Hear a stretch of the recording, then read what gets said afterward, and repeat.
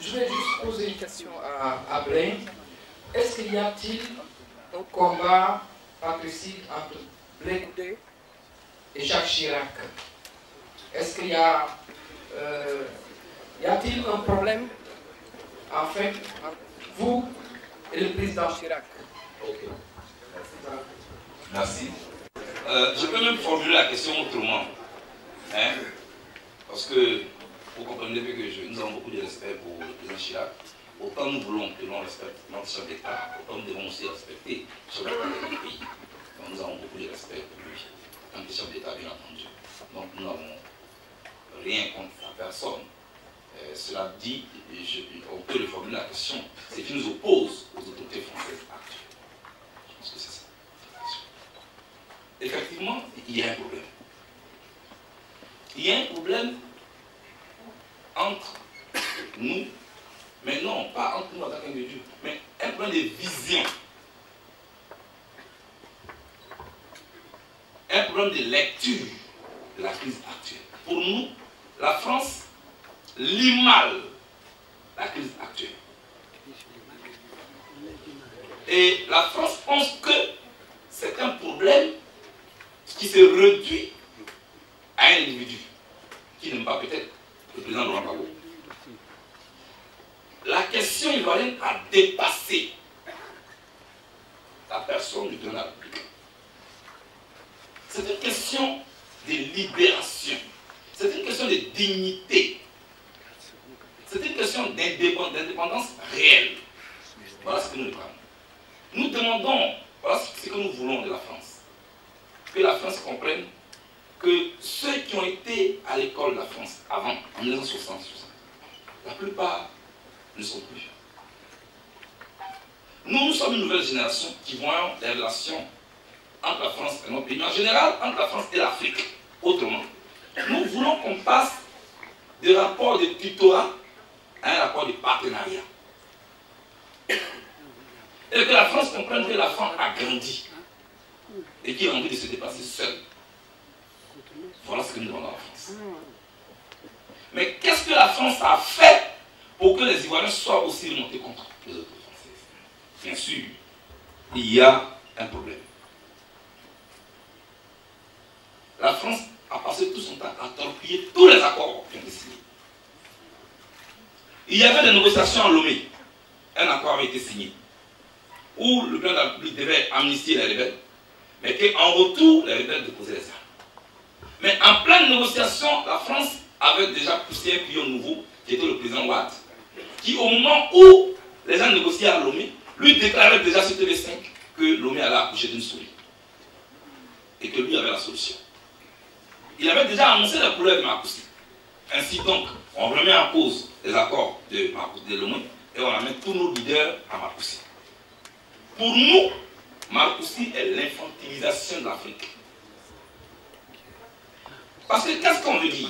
Que les Africains ne sont pas capables de trouver une solution à leurs problèmes sur la terre africaine. Donc on les envoie dans un terrain de rugby. En France, on leur donne une semaine, 10 jours pas. 10 jours. Trouver une solution maintenant, de manière militaire.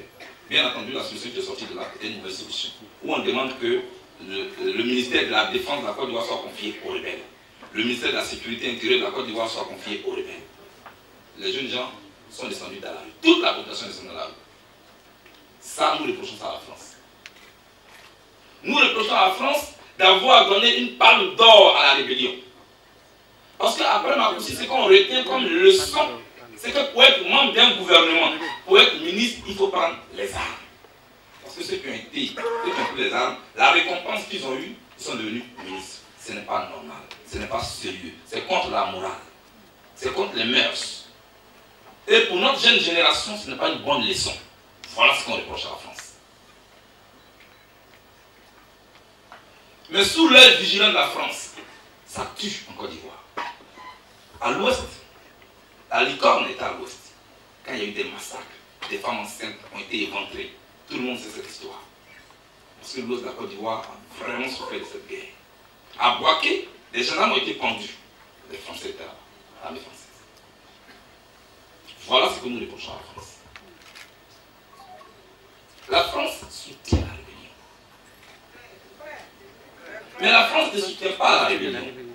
La France est la rébellion. Parce que je vous dis, hein, même quand on parle de désarmement, nous avons envie de dire, cher monsieur, qu'il n'y a personne à désarmer à Boaké. Il n'y a rien là-bas. Seule l'armée française a tracé la ligne imaginaire et permet à la rébellion de vivre des ressources de la Côte d'Ivoire. Voilà ce que nous reprochons à la France. Voilà ce que nous voulons dire en ce qui concerne la France, cher monsieur. Maintenant, il y a eu la question. Oui, le peuple de Côte d'Ivoire, cher monsieur, a compris le combat. Pour preuve, de 2002 jusqu'à maintenant, ceux qui ont orchestré et organisé cette guerre pensaient que dans le temps, dans la durée, le peuple allait s'essouffler. Mais au contraire, au fur et à mesure que la guerre a duré, il y a d'autres personnes qui comprennent et qui grossissent le rang des patriotes.